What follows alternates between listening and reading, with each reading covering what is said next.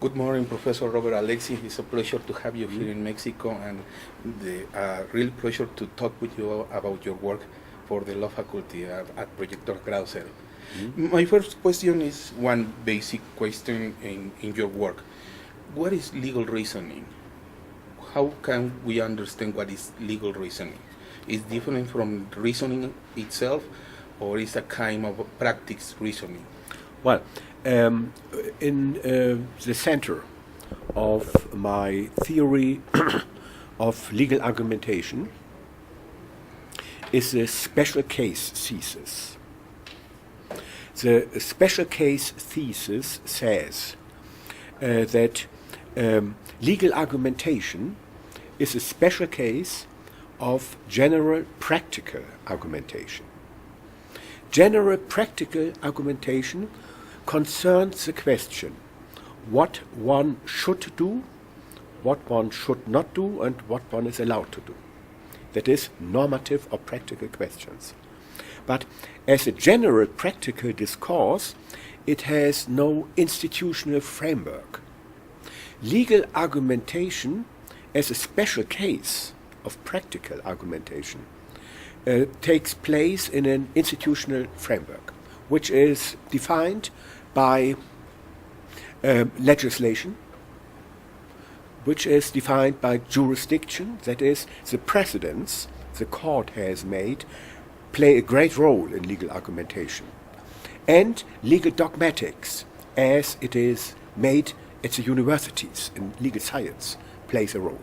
In short, legal argumentation is practical argumentation under the condition of legislation, the law made by legislation, under the condition, first, that was the first thing. Second, under the condition of the precedents which have been made by the jurisdiction, and the legal dogmatic as made by legal science. That is my answer to your question. Does a rational legal argument has limits? The rationality in a legal argument has limit, or it's unlimited? Rationality in real life always has limits. We can try to achieve the correct answer, but human beings always can make mistakes. Therefore, we have the possibility to be rational. We can be rational, but that does not exclude that there are limits. And for this reason, we have a permanent discourse. If there would be no limits, we could say, well, we have the right answer, and now we need no further discussion. We always need further discussion. And therefore, the limits is not something we must worry about. For we have the medicine against the limits, that is a permanent discussion. And most of your work on legal argumentation relates on Habermas' work.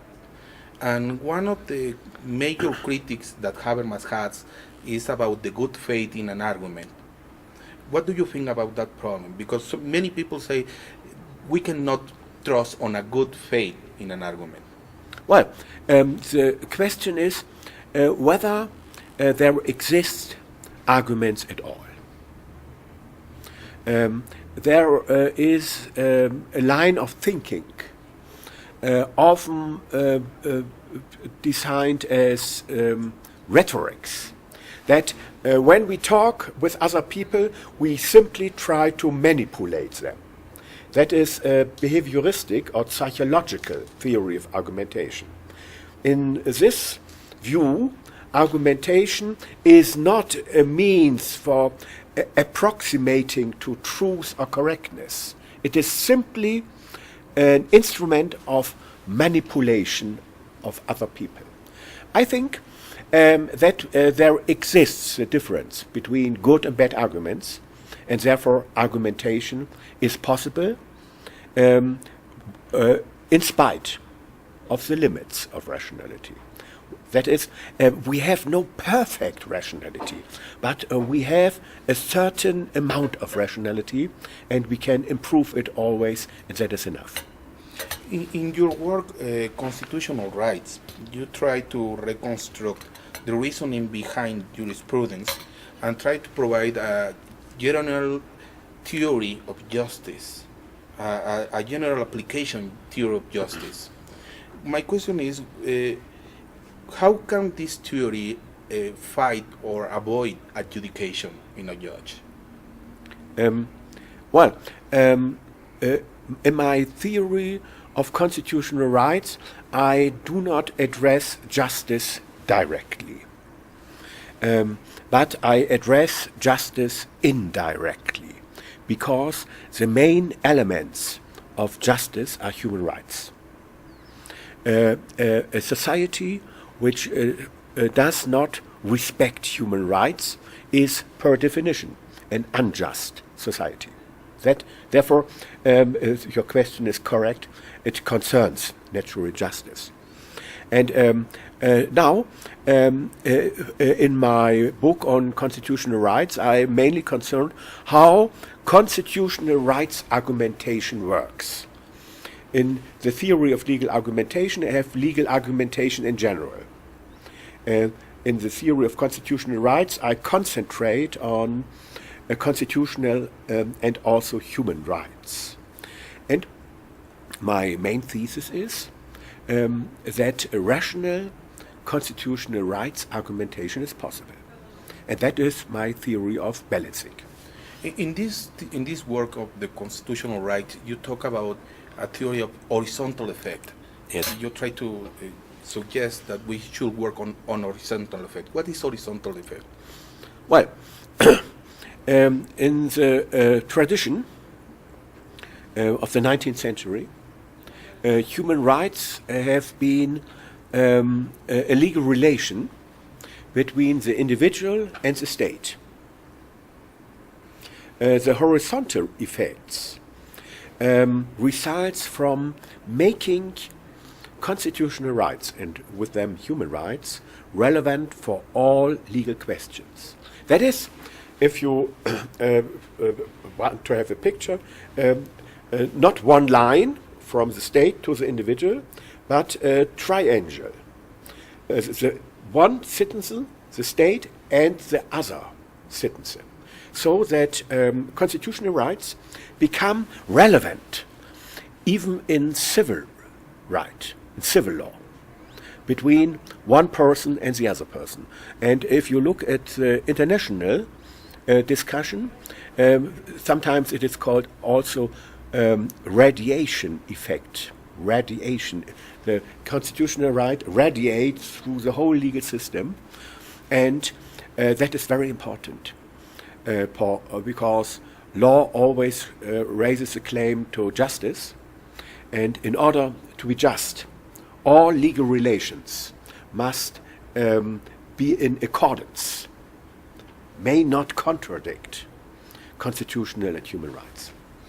In this same book, you talk about the duty of optimized principles, the normative effects of the system, and the structure of the. We have to optimize the structure of the normative system, and we have to do some balancing in the system. How can we this make possible in a system? Yes, in my theory of constitutional rights. The most important thesis is that constitutional rights have the character of principles, and principles are optimization requirements. And my point is that we cannot have an adequate theory of constitutional rights without principles theory. What is the reason for this?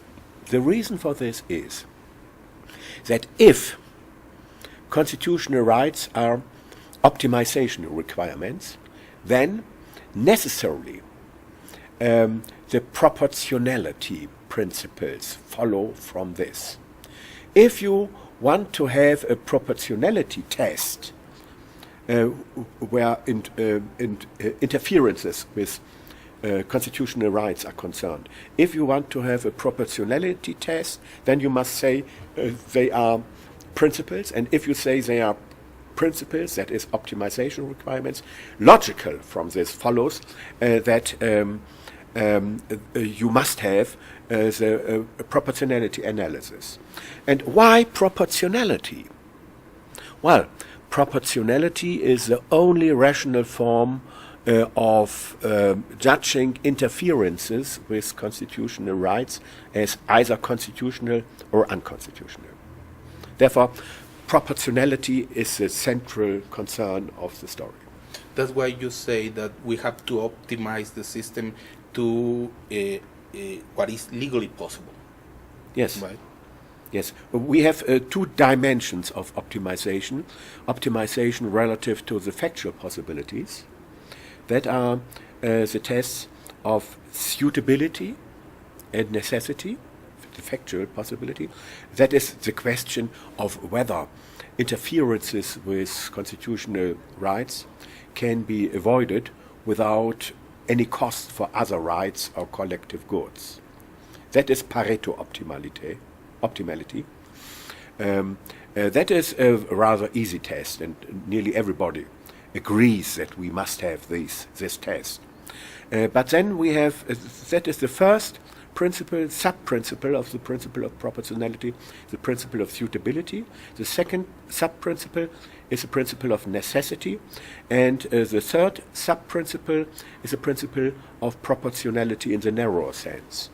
That is optimization relative to the legal possibilities, and that we have when two principles collide. For instance, freedom of press. The press wants to inform the people about the private life of a prominent person. On the one hand, prima facie, the press may make a story about this person. And on the other hand, the right to privacy and personality.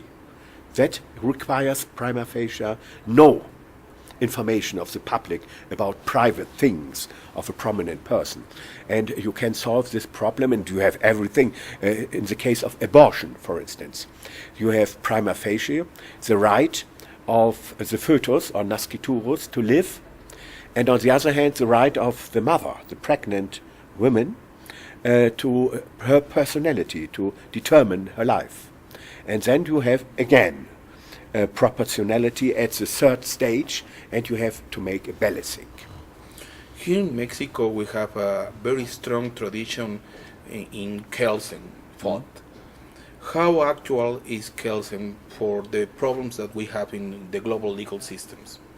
Well, Kelsen, I am a non-positivist, and Kelsen is a positivist. And if at first glance, one might think that I say no to everything Kelsen have said, but that's not the case. Kelsen is such a great author because there are so many things in his word everybody must accept independently from the positivism questions. For instance, his concept of a norm, his concept of legal validity, his concept, I do not accept it completely, but important parts. And for instance, in my book, the concept and the validity of law, in the English reply to legal positivism, I accept even his theory of basic norm, Grundnorm, with one exception. Not every norm which is authoritatively issued is valid. Not each and every norm. We must make an exception clause and so on. But Kelsen is an author who will be important in the next century as he is in our century. But in some points, I say that Kelsen is wrong. especially in 2 points. The first point is Kelsen says that every content, everything can be law. And I think in the German edition, in the first pages, page 34 or 32, he says that even concentration camps in which people are killed for racial reasons can be the content of positive law. And I say against Kelsen, no. That is the Radbruch formula. That's the first point. And the second point is Kelsen has no theory of legal argumentation. Kelsen has a theory of subsumption, but if we have a hard case, or as Herbert Hart calls this, the open texture of law, then according to Kelsen, the judge has an empowerment, eine Ermächtigung, an empowerment, to decide as he wants, even for political reasons.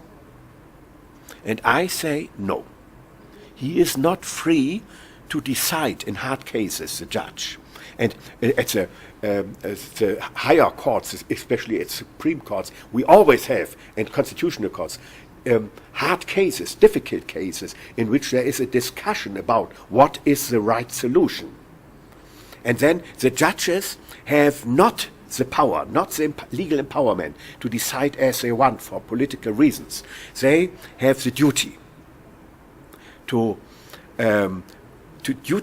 find the decision which is justified by the best arguments. Therefore, 2 points of difference to Kelsen: the limits of law, the utmost border of law. Extreme injustice is no law, against Kelsen. And second, we have legal argumentation which tries to find the legally correct answer. To those who has read your work, it's clear that you say that legal positivism is not enough.